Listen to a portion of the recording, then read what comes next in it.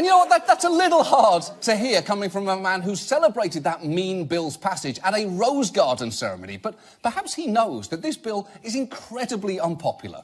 One analysis found it doesn't enjoy a plurality of support in any state in the country, which is amazing. You can't get all 50 states to agree on anything. You can only get 49 states to admit that Delaware sucks. And the holdout, by the way, Minnesota. They're just too nice to admit the obvious. And it did not get any less tense at their joint press conference, because as you probably know, Trump has been standing by his nonsensical claim that President Obama had him wiretapped. And when a German reporter asked him about that, he tried to pull Merkel into it with him. As far as wiretapping, I guess, by, this past administration, at least we have something in common, perhaps. Now, what that very funny joke is referring to is the allegation that the US had monitored Merkel's phone, and she is not amused by that. In fact, that may be the most uncomfortable a US president has ever made her, and I will remind you, George W. Bush once gave her an unsolicited surprise back rub. This year, though, I would argue there was no more spectacular celebration of International Women's Day than in San Antonio, Texas, where one local morning show host really gave it his all. Today it's International Women's Day, so hey, ladies, don't worry. It's your day. You can do whatever you want. And speaking of doing whatever you want, it's Workout Wednesday. It's time to get that bikini body just in time for summer. That's right, ladies. You can do whatever you want. Crunches, curls, maybe some light cardio. The point is, keep it tight. It's your day, but keep it tight. But that message got a little muddied this week after we learned something surprising about the carrier group in question. The USS Carl Vinson was not, in fact, on its way. It was more than 3,000 nautical miles away, traveling in the opposite direction, heading south. OK, so it was steaming, just the wrong way. And it was off the coast of North Korea the same way that New York is off the coast of Portugal. And he wasn't even done talking about whatever the fuck he was talking about. Because life imitates art, there's a scene in The American President where Michael Douglas, playing the fictional president, is being told that an airstrike against a radar installation is proportional and it's presidential. And he chooses to think about the guy who's coming on the night shift as part of a cleaning crew and how he's going to lose his life in this presidential airstrike.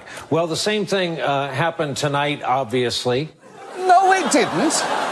Because first, this is not a song, it's not a movie. We fired real missiles at an actual country. And also, there is nothing obvious about Trump expressing concern for another human being. I am pretty sure the only time he's ever thought about a cleaning crew has been to say, there's a fingerprint on this vase, don't pay them this week. Because tonight, we have to track the latest developments in what we've been calling Stupid Watergate. A scandal with all the potential ramifications of Watergate, but where everyone involved is stupid and bad at everything. And given the exhausting pace of this week's events, tonight we are simply going to try and answer a few basic questions.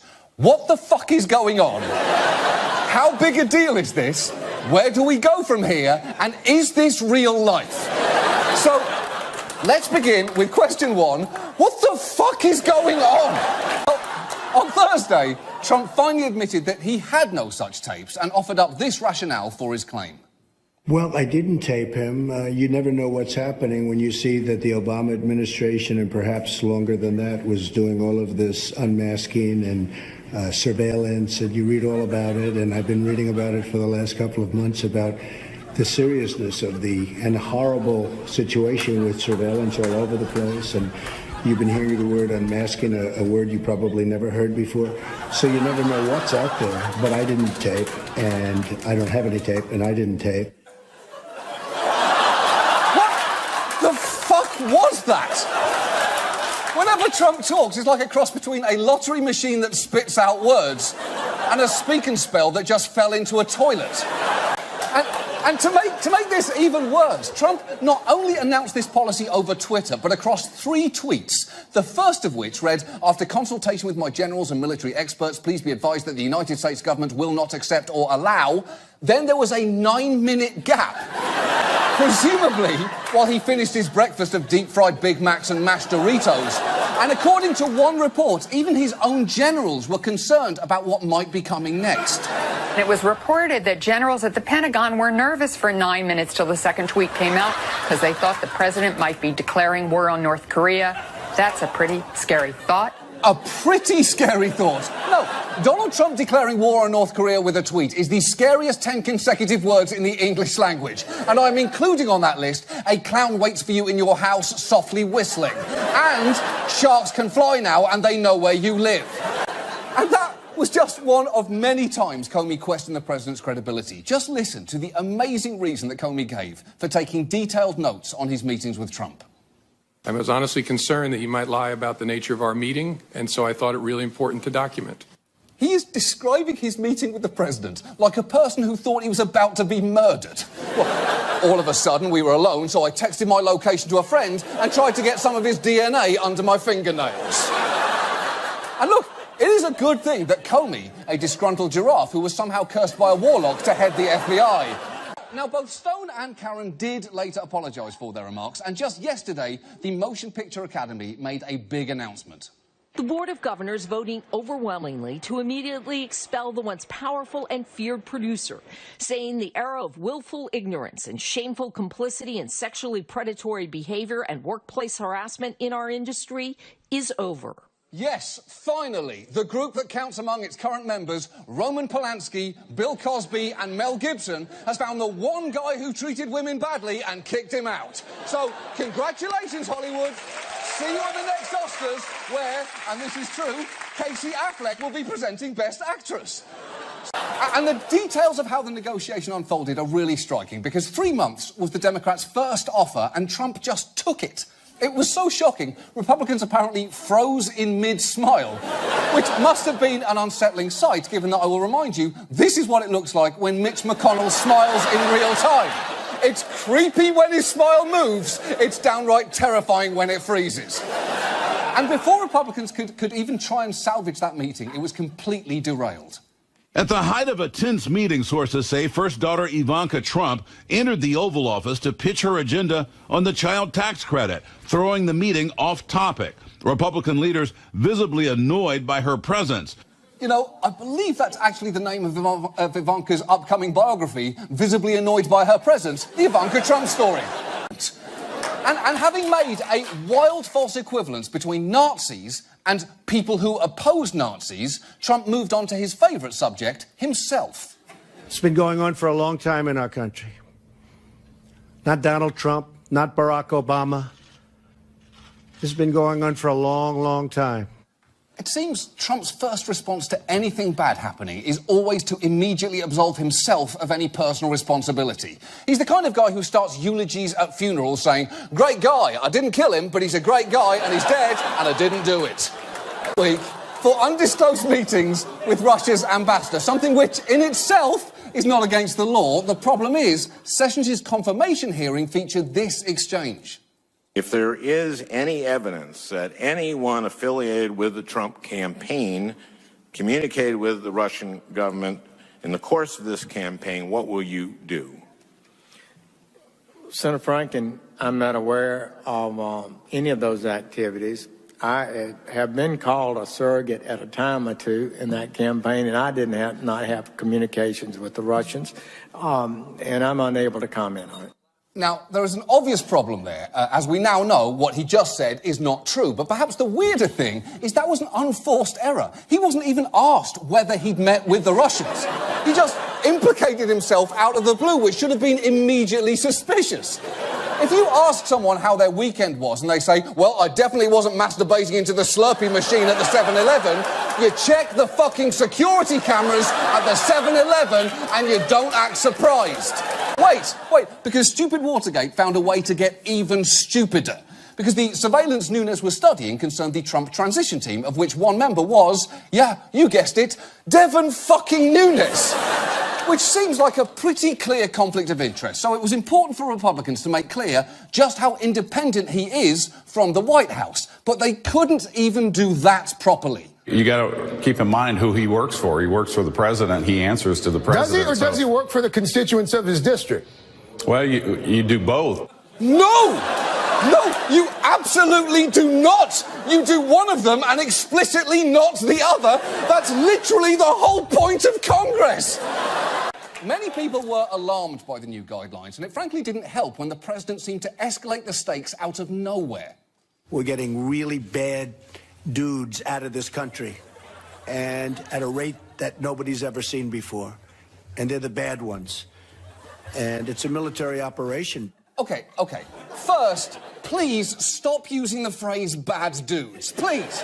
I understand that you're trying to wean yourself off bad hombres, but it still feels like a lateral move. But more importantly, what was that you said about a military operation? That is a casual way to mention that you've deployed the armed forces. And luckily for everyone, Emmy-winning actress Melissa McCarthy was on hand to set the record straight with the world's least convincing explanation. Wait, because he wasn't done. Spicer then put out a printed statement reading, "In no way was I trying to lessen the horrendous nature of the Holocaust," which is an amazing way to start any statement. Continuing, "However, I was trying to draw a contrast of the tactic of using airplanes to drop chemical weapons on innocent people. The problem there is that could imply the victims of the Holocaust were not innocent people. Hence, Spicer's hastily released second statement, changing innocent people to population centres, then a third statement with an extra line saying any attack on innocent people is reprehensible and inexcusable.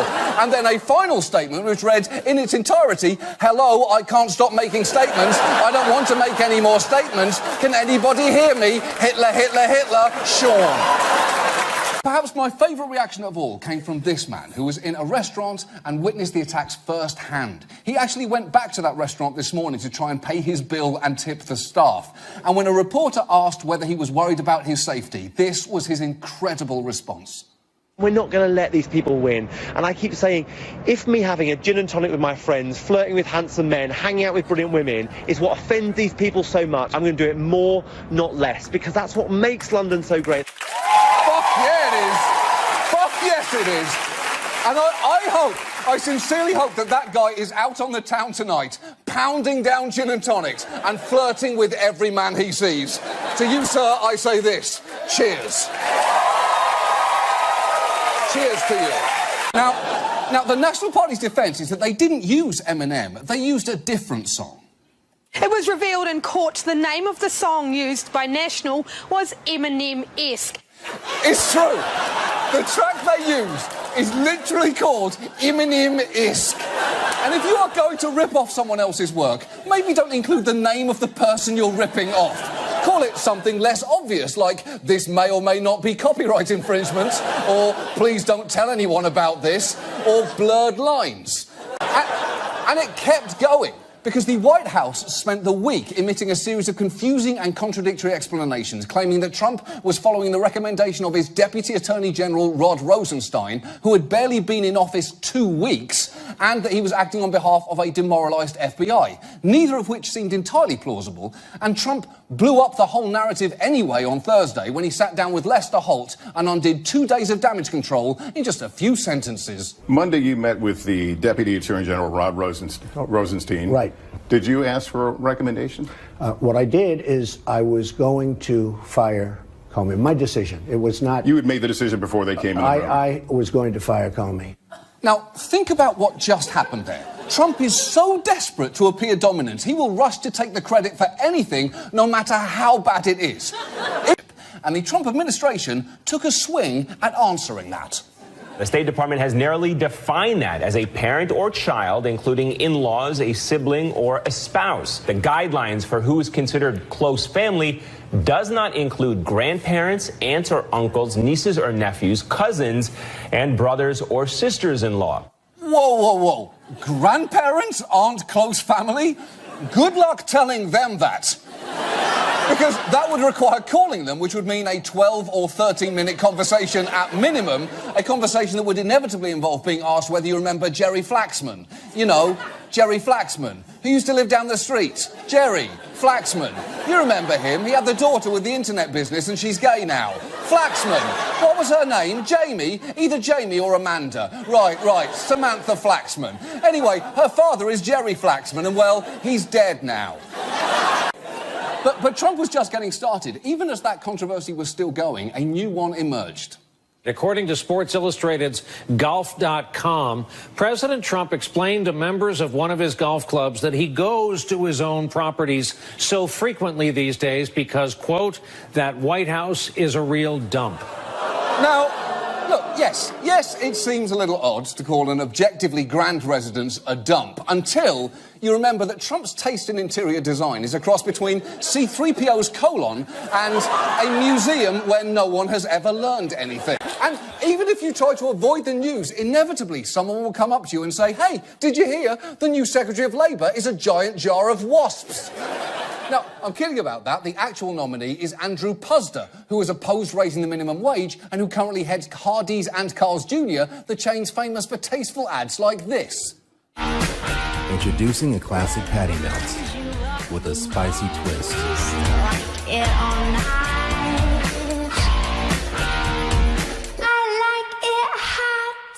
That is truly the perfect ad to prepare you for the actual interior of a Carl's Jr. restaurant, which is undeniably so hot. Which is not to say that Trump did not have his supporters on this issue, and none were more vigorous than Fox News' Jeanine Pirro, who delivered a characteristically calm and measured address to those kneeling football players. America's been incredibly good to every one of you. From the time you displayed talent in sports as a youth, America's allowed you to shine and become financially prosperous. There are so many of you who make tens of millions of dollars. Shame on you. Shame on all of you. Wow. But you know what? She is right. No one wants to hear about politics from a wildly successful athlete. You only want to hear about them from an abject failure of a prosecutor who somehow let Robert Durst slip through her fingers. And by the way, Jeanine, there's a flag behind you. Have some fucking respect. But the truly depressing thing about Bannon's departure is just how utterly unsatisfying it actually is. Because yes, one panderer to white nationalists has left the White House. The problem is, the one he was working for is still very much there. And on Tuesday, Trump doubled down on his remarks about the groups marching in Charlottesville last weekend.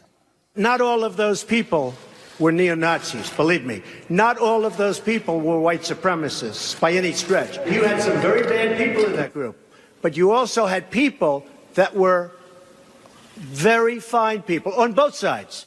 No, they weren't. And I'll tell you why. Because if you are marching with white nationalists, you are, by definition, not a very nice person. Let me put it to you this way. If Malala Yousafzai had taken part in that rally, you'd have to say, OK, I guess Malala sucks now. I mean, I'm confused. I don't know why she's there, but Malala definitely sucks. That's the only conclusion you can draw. And that's the thing here. It's not that all forensic science is bad, because it's not. But too often, its reliability is dangerously overstated. And one sign of that is that forensic experts in court are often nudged to use one very convincing phrase. To a reasonable degree of scientific certainty. To a reasonable degree of scientific certainty. To a reasonable degree of scientific certainty. Within a reasonable scientific certainty. To a reasonable degree of scientific certainty. Are you able to say that within a reasonable degree of scientific certainty? Yes. And here's the thing, that phrase does have a persuasive ring to it. Unfortunately, as that presidential counsel pointed out, it has no generally accepted meaning in science. It's one of those terms like basic or trill that has no commonly understood definition. Am I trill? Is that good or bad? I mean, I do feel trill, so I'm guessing it's awful.